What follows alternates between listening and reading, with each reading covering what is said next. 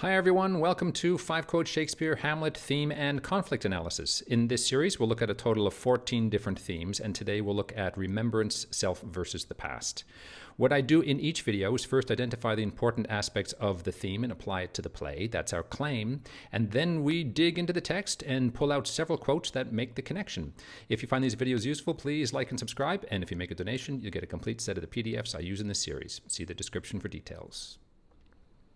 Remembrance, Ghosts of the Past, is a massive theme, so it'll be helpful to break it down into 3 units. We'll examine it at the macro level, the mezzo level, and the micro level. The micro level is the interesting one. That's when we look at the psychologies and how it impacts each character personally. So you can check the timestamps for that, by the way, if you just want to jump forward to how remembrance affects each individual character.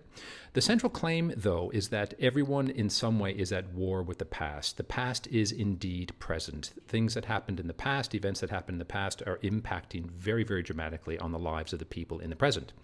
So a staple antagonist of tragedy, remembrance, the past, is indeed a force that influences, directs, and conflicts with the lives of all major characters in this play. It can be understood by examining how it works at 3 different levels, as I've said. So I'm going to go into these in a little more detail in a second, but let me just give you a quick overview. At the cosmic level, the macro level, the past crimes cause a disturbance in the great chain of being, and you can go back and watch my Wasteland video on that, and you'll get a bit more detail on that. But I'll touch on it today. We're going to look at the great chain of being briefly today and find some evidence. At the mezzo level, you can think of the mezzo level, the middle level. We got the cosmic level is the macro level. The mezzo level is the political, social level, do you see? And the past war leads to a cycle of war revenge and current war preparations, and Norway's eventual annexation by Denmark. So Fortinbras is the Norwegian hothead who's threatening Denmark. If you remember at the opening of the play, that this was a very important social and political issue, and the past, as we've just seen, impacts greatly on that.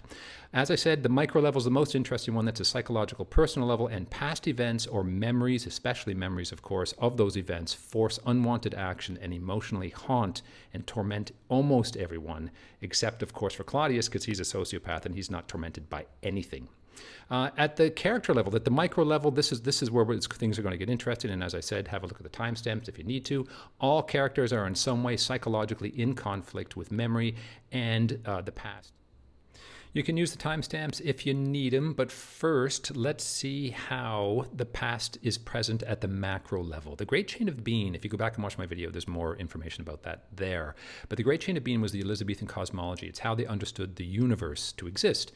God was in his heaven, and under God there was the king, and the king is the conduit through which God's grace and goodness enters the universe, do you see? And if you remember your Macbeth and your Julius Caesar, if you unlawfully, unnaturally usurp that position, if you take out the king unnaturally, then God's grace is cut off. It can't enter the universe. And literally, the agents of hell are given free reign on earth because God's grace is no longer present, do you see? So that very much applies to this play. The fratricide, regicide of King Hamlet by Claudius, it has created that wasteland in Denmark, do you see? Go back and watch that video. There's more about that. This is very much related, very, very similar to a play called Oedipus Rex. In that play, it's an ancient Greek play, and Oedipus, he murdered his father and married his mother. He didn't know that they were his parents, and he has children by his mother. So there's a corruption, there's a disruption in the natural order of existence, do you see? And the interesting thing for our purposes here, for our theme of remembrance and the ghosts of the past, is that past events will continue to reverberate in and conflict with the present. That's what happens. Something big happens in the past, and the past doesn't go away. It stays in the present until the hero comes along and solves the problem, do you see? It remains in conflict with the present until correction is made, usually by the hero. That's the Wasteland hero theme. Go back and watch my video.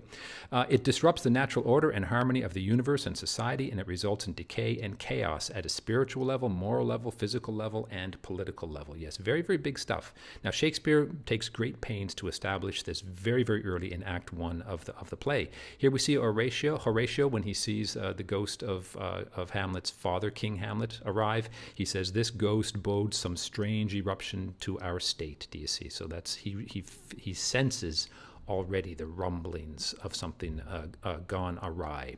Marcellus agrees. He says something is rotten in the state of Denmark. That's that famous Shakespearean quote that you might have heard before. And Hamlet says later on, when after he talks to the ghost of his father, and the father says, "Remember me," and we're going to talk about that today because that's central to our theme of remembrance, ghosts of the past.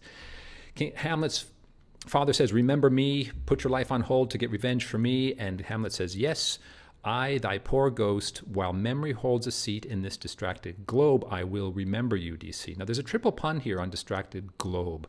The globe was the Globe Theater, so at the simplest level, it's kind of a wink, wink, nudge, nudge to the audience. He's looking at his audience and saying, in this distracted globe, you bunch of crazy people watching this play, yes, while memory holds a seat here, I will get my revenge. But globe also means his mind, and many actors actually do that. When Hamlet says this line, they'll take "in this distracted," while memory holds a seat in this distracted globe. Do you see? Now, for our purposes here at the macrocosmic level, the globe also means, of course, the Earth, and that's the macro level of society. And the Earth is indeed distracted; it is a wasteland. Okay, that's the macro level. Let's have a quick look at the mezzo level. Events in the past very, very much drive events in the present at the social and political level. In fact, they underpin the entire plot of the play. So 30 years ago, old King Fortinbras of Norway was killed by old King Hamlet of Denmark. So there were wars many, many years ago, and Denmark won, and they took over some lands from Norway. But as history goes, memory is long in history. We don't have to look very far to see evidence of that in the real world, right? So remembering the loss, the insult, the humiliation, the young, decisive Fortinbras seeks revenge in the present, do you see? So introduced at the beginning and revisited at the end, this remembrance ensures the conflict continues, underpinning the entire plot of the play. So just like in real life, sadly, past events dictate what happens in the present, and it's very often not very nice stuff.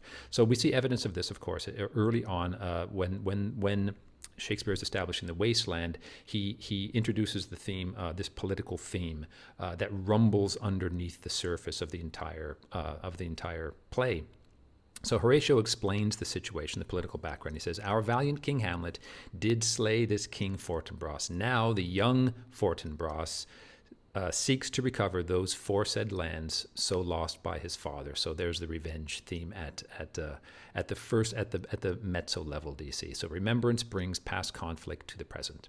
Now at the end, of course, when everybody in Denmark is dead, Fortinbras from Norway walks onto the stage and he says, "Yeah, I have some rights of memory in this kingdom, do you see, which now to claim my vantage doth invite me." So the past comes full circle to the present.